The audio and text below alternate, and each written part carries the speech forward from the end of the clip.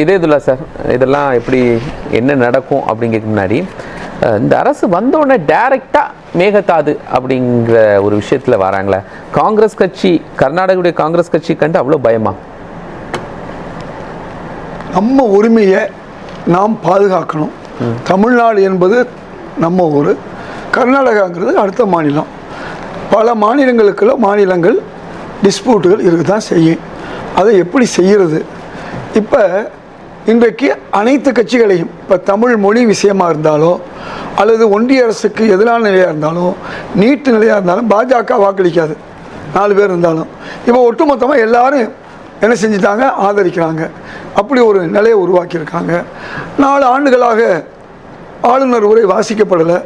இந்த முறை ஸ்டாலின் அவர்கள் முதலமைச்சராக இருந்த வரைக்கும் அந்த பிரச்சனை இல்லைல்ல சார்? யார் சொன்னா?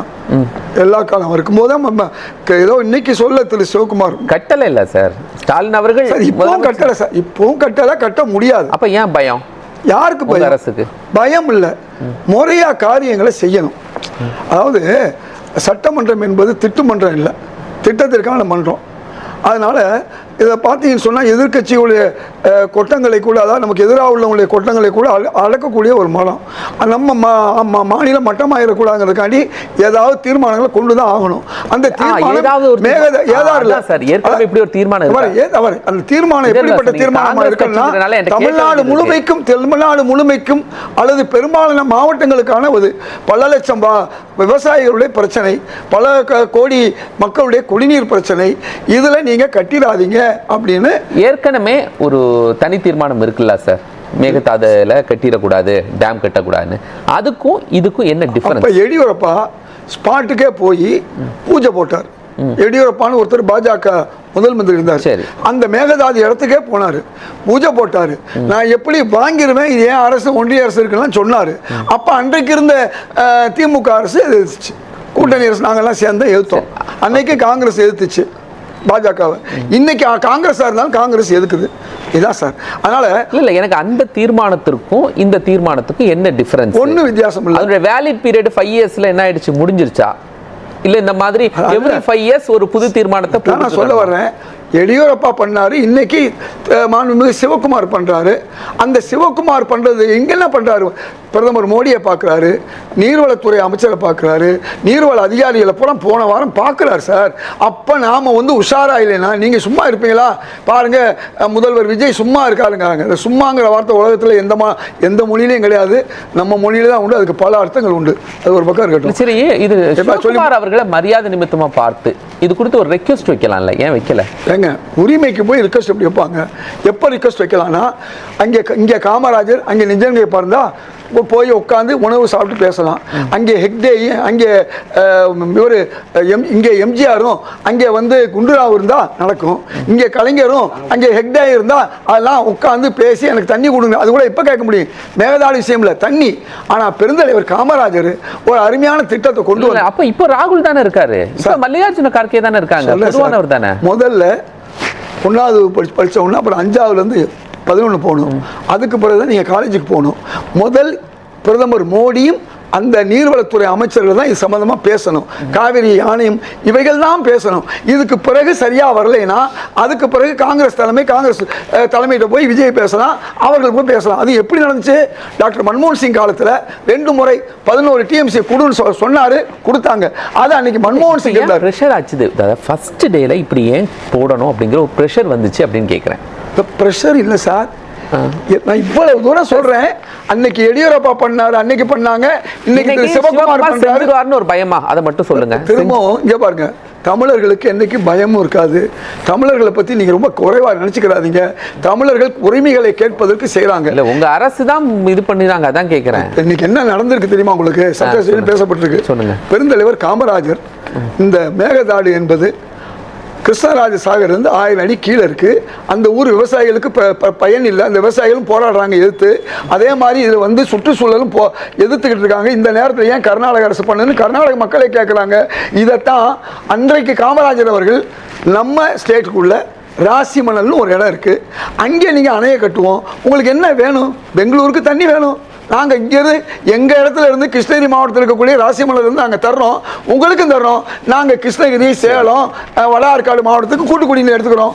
ஏற்கனவே முன்னாள் முதல்வர் ஸ்டாலின் அவர்கள் துணை முதல்வராக இருக்கும் போது அவர் ஜப்பானுடைய திட்டத்தின் தடுக்காதீங்க கொண்டு வந்தாரு. அதே மாதிரி இன்னைக்கு இந்த அரசு நீண்ட காலமா நடத்தாத ராசிமலை திட்டத்தை நிறைவேற்று, உனக்கு என்ன வேணும்? பெங்களூருக்கு குடிநீர் வேணும் தர்றோம்னு சொல்லக்கூடிய ஒரு வாய்ப்பை இன்னைக்கு மாற்றம் உருவாகிட்டு நீங்க காமராஜருடைய அந்த ஐடியாவை நிறைவேறலாம் இல்லையா? இதுல சார் அந்த ஐடியாவை தாவேகா அரசுக்கு நீங்க சொல்லலையா? கூட்டணியில இருக்கீங்களா, சொல்லலையா? தாவேகா அரசு இப்ப வந்து சொல்லிக்கிட்டு இருக்கேன் சார். அது மட்டும் நீங்க அசெம்பிளில ஒரு தனி தீர்மானம் கொண்டு வரீங்க. உங்க கட்சியில ஒரு பிரதிநிதிகள் அங்க இருக்காங்க. அலுவல் ஆய்வு கூட்டத்துல ராஜேஷ்குமார் இருக்கிறாரா? இன்னைக்கு அவர் தானே சார் பேசினாரு. காங்கிரஸ் அரசை எதிர்த்து பேசினது இன்னைக்கு காங்கிரஸ் அமைச்சர் ராஜேஷ் தானே பேசினாரு சார். அலுவல் ஆய்வு கூட்டம் நடக்குது. சில செய்திகள் உங்க மூலமா போகும்னு நினைக்கிறேன். நீங்க சொன்னீங்க அரசுக்கு நீங்க கொடுக்கணும்ல. கொடுத்திருக்கேன் சார். நான் இந்த கடந்த 7-8 அமைச்சர்களை நான் வந்து சந்திச்சிருக்கேன். அது மட்டும் கொடுக்கல, வருமானத்தை பெருக்கிறதுக்கு பல யோசனை நீங்க கொடுத்த பிறகு அவங்க கேட்கல. இப்படி ஒரு திட்டம் சார், இப்படி ஒரு திட்டம் இருக்குன்னு நீங்க உங்க காங்கிரஸ் கட்சியோட பிரதிநிதிக்கு சொல்லி அவர் கேட்கல, அங்க சொல்லல. இன்னைக்கு தானே சார் நடந்திருக்கு. நீங்க எதை கேட்டாலும் அதுல பொருள் இருக்கணும், அர்த்தம் இருக்கணும். மக்கள் பாக்குறாங்க.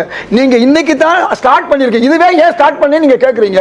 ஸ்டார்ட் பண்ண பிறகு காவிரி விஷயம், மேகதாது விஷயம் ஏன் பேசுறீங்கன்னு கேக்குறீங்க. இன்னைக்கு பேசணுமா பயமானு கேக்குறீங்க. இது என்ன சார் பேச்சு? எனக்கு புரியல. ஒரு சில விஷயங்களை மக்களுக்கு போய் சேரணும்.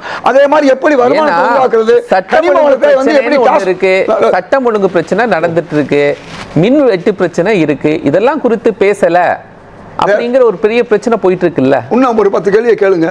சொல்லுங்க. நான் ஒரு கேள்விக்காக பதில் சொல்றதுக்கு நேரம் சார். கேள்வியே கேள்வி நாயகனே கோபாலகிருஷ்ணன் அவர்களே, கேள்வி நாயகனே, பதில் சொல்ல விடுங்க. உங்களை தயவு செய்து மன்றாடி கேட்டுக்கொள்கிறேன். இந்த மக்களுக்கு நல்லது நடக்கணும்.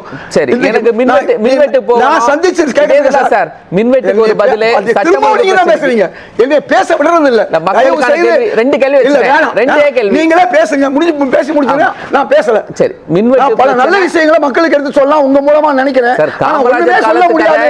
கேள்வி மட்டும் தான் கேட்பேன், நீ பதிலா சொல்லாத. என் அறிவு மட்டும்தான் மக்களுக்கு போகணும்னா சந்தோஷம். உங்க அறிவை நான் பாராட்டுறேன். ஒரே ஒரு நிமிஷம். இப்போ ராஜேஷ்குமார் ராசிமணல்ல இப்படி ஒரு திட்டம் இருந்துச்சு அப்படின்னு அசெம்பிளில பேசினாரா?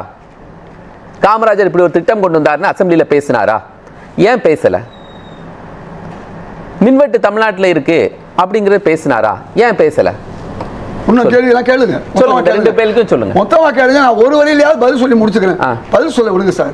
இன்னைக்கு எல்லாருக்கும் எல்லா அறிவும் இருக்காது. இப்போ உங்களுக்கு கேள்வி கேட்குற மாதிரி வேற இந்த நெறியாளுக்கு அது இருக்கா? இல்ல. நீங்க தான் தொடர் கேள்வி கேட்குறீங்க. எங்கே பார்த்து அதே மாதிரி எல்லாருக்கும் எந்த யோசனை இருக்கா சார்? அவருக்கு நான் யோசனை சொல்லியிருக்கேன். என்னென்ன யோசனைகளை எழுதி கொடுத்துருக்கேன் அமைச்சர்கள்ட்ட. 2% நீட்டை கொடுங்க. அந்த கடந்த 5 ஆண்டு கொடுக்கல. நம்ம சகோதரர் சொன்ன மாதிரி, அப்பா சொன்ன மாதிரி சில விஷயங்களை அவங்க செய்யல. அதே மாதிரி 2% கொடுங்க. சமூக நீதி வேணும்னா ஓபிசி மக்கள் 37 வயசு தான் எழுத முடியும், 47 ஆக்குங்க. பாருங்க 9 மாநிலங்கள்ல பாஜக காங்கிரஸ் மாதிரி சொல்லிக்கிட்டு வர்றேன் சார். இப்பதான் ஆரம்பிச்சிருக்கேன் சார். எப்படி நீங்க வருமானத்தை பெருக்கணும், கனிம வளத்தை என்ன செய்யணும், டாஸ்மாக் எப்படி 5000 வருமானத்தை இன்னைக்கு 40,000 கோடி ஆக்கியிருக்கீங்களோ அதே மாதிரி அரசே வந்து மணல் விற்கிற வேலையை பாருங்க. வேலை வாய்ப்பு கிடைக்கும், 40,000 கோடி அதுலயும் கிடைக்கும் சொல்றதுக்கு ஒவ்வொரு விஷயமா சொல்லிட்டு இருக்கோம். கார்பரேட் சிஎஸ்ஆர் இருக்காங்க.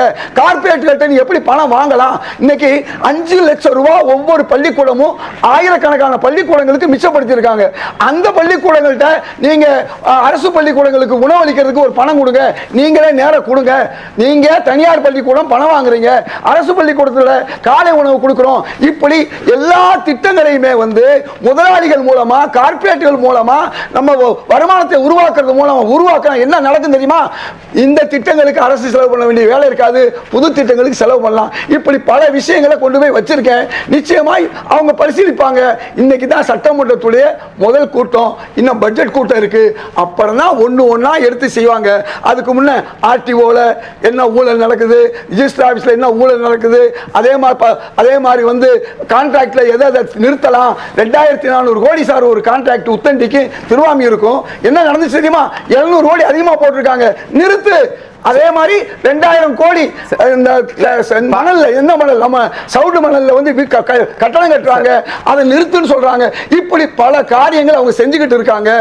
ஆலயத்துல கோயில்ல போய் நீ கொள்ளையடிக்காத முறைப்படுத்துவோம் முறைப்படுத்துறாங்க, கோயில் சொத்துக்களை தணிக்கை பண்றோம்னு சொல்லியிருக்காங்க. இப்படி இதற்கு முன்ன 59 ஆண்டுகளாக பெருகிய ஊழலை தடுக்கக்கூடிய ஒரு புரட்சிகரமான ஆட்சின்னு நான் சொல்லல. அசெம்பிளில லைவ் ஆளுநர் சொல்றாரு. அசெம்பிளில லைவ் ஏன் கட்டாச்சுது? ஆளுநர் அதே ஆளுநர் உரை மீதான விவாதத்துல லைவ் ஏன் கட்டாச்சுது? சார், இரும்பை பத்தி பேசிட்டு இருக்கும்போது துரும்பை பத்தி பேசாதீங்க சார். அதெல்லாம் நாளைக்கு வரும். இன்னைக்கு கட்டானா நாளைக்கு வரும் சார். இது ஒரு பெரிய விஷயமா? இவ்வளவு காலமா இல்ல, இத்தனை வருஷமா இல்ல, கொண்டு வந்திருக்காங்க. அது ஒரு நாள் கட் ஆயிருச்சு. நாளைக்கு இந்த கட்டுக்கு கட்டு பண்ணுவாங்க. பவர் கட், புரியுதா உங்களுக்கு? கட்டுக்கு கட்டு பண்ணுவாங்க, எல்லாத்தையும் சரி பண்ணுவாங்க சார். கவலைப்படாதீங்க. என்னை பொறுத்தவரை இந்த ஒரு மாசத்துக்குள்ள அதிகமாக செஞ்சிருக்கு. 100 யூனிட் 200 ஆக்கி இருக்கு. கிராம வரையும் போன பஸ் நகர வரையும் போன பஸ் கிராம வரையும் கொண்டு போயிருக்காங்க.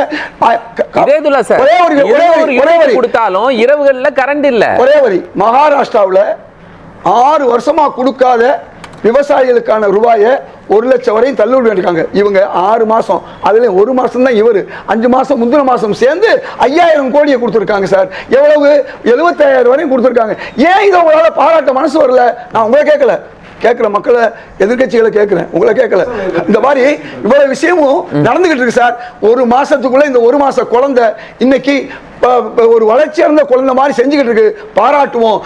நீங்க ஏன் 4 லட்சம் கோடி அதிமுக ஆட்சி 10 வருஷம் வாங்குச்சு, நீங்க ஏன் 8 லட்சம் கோடி வாங்குனீங்க அப்படின்னு கேட்டா, இல்ல இல்ல நீ 20 லட்சம் கோடி வாங்குவேன்னு சொல்லக்கூடியவர்களாம் முன்னாள் அமைச்சர்கள் இருக்காங்க. இந்த விஷயம் எல்லாம் சட்டசபையில பேசப்பட்டுச்சா?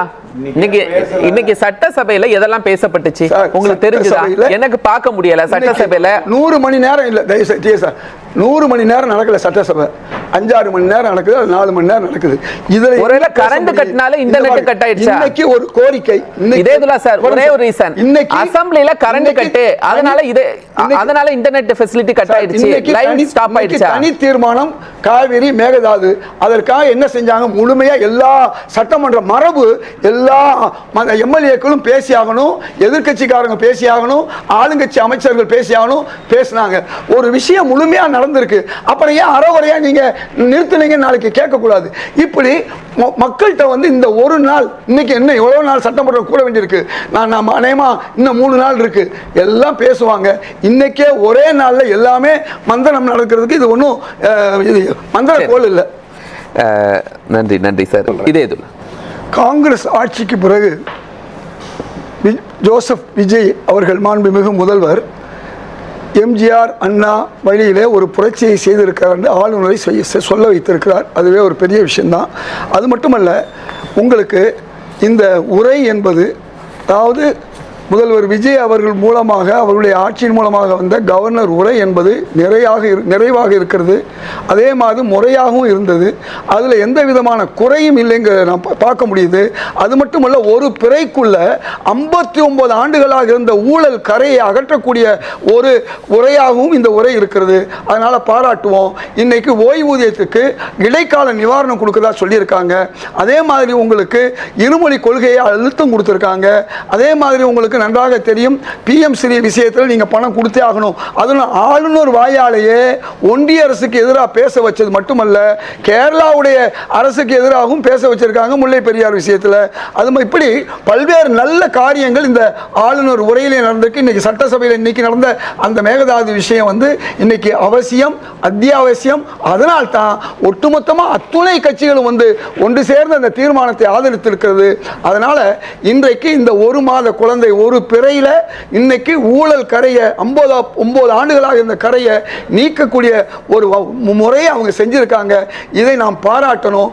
இன்னும் பல திரைகளை உருவாக்கி 9 ஆண்டுகள் 59 ஆண்டுகள் 59 ஆண்டுகள் 59 ஆண்டுகளாக நாம இந்த தமிழக மக்கள் இந்த அதிமுக ஆட்சி நல்லா இருக்கு ஆனா ஊழல் இருக்கு, திமுக ஆட்சி நல்லா இருக்கு ஆனா ஊழல் இருக்கு, இப்படி எல்லாம் சொல்லிட்டு வந்தாங்க இல்லையா? அந்த ஊழல் கரையை நீக்கிறதுக்கு எந்தெந்த துறையில பண்ண முடியுமோ அவ்வளவு பண்ணிக்கிட்டு இருக்காங்க. கான்ட்ராக்டா இருக்கட்டும், கட்டட விதிமுறை, கட்டடம் கட்டுறதுக்கு உள்ள அந்த பிளான் செக்ஷன் எப்படி நடந்துருக்கு. அதனால எல்லா வகையிலும் வந்து ஊழல் இல்லாத ஒரு ஆட்சியை கொண்டு வந்திருக்காரு. நீங்க நாம பாராட்டுவோம். என்ன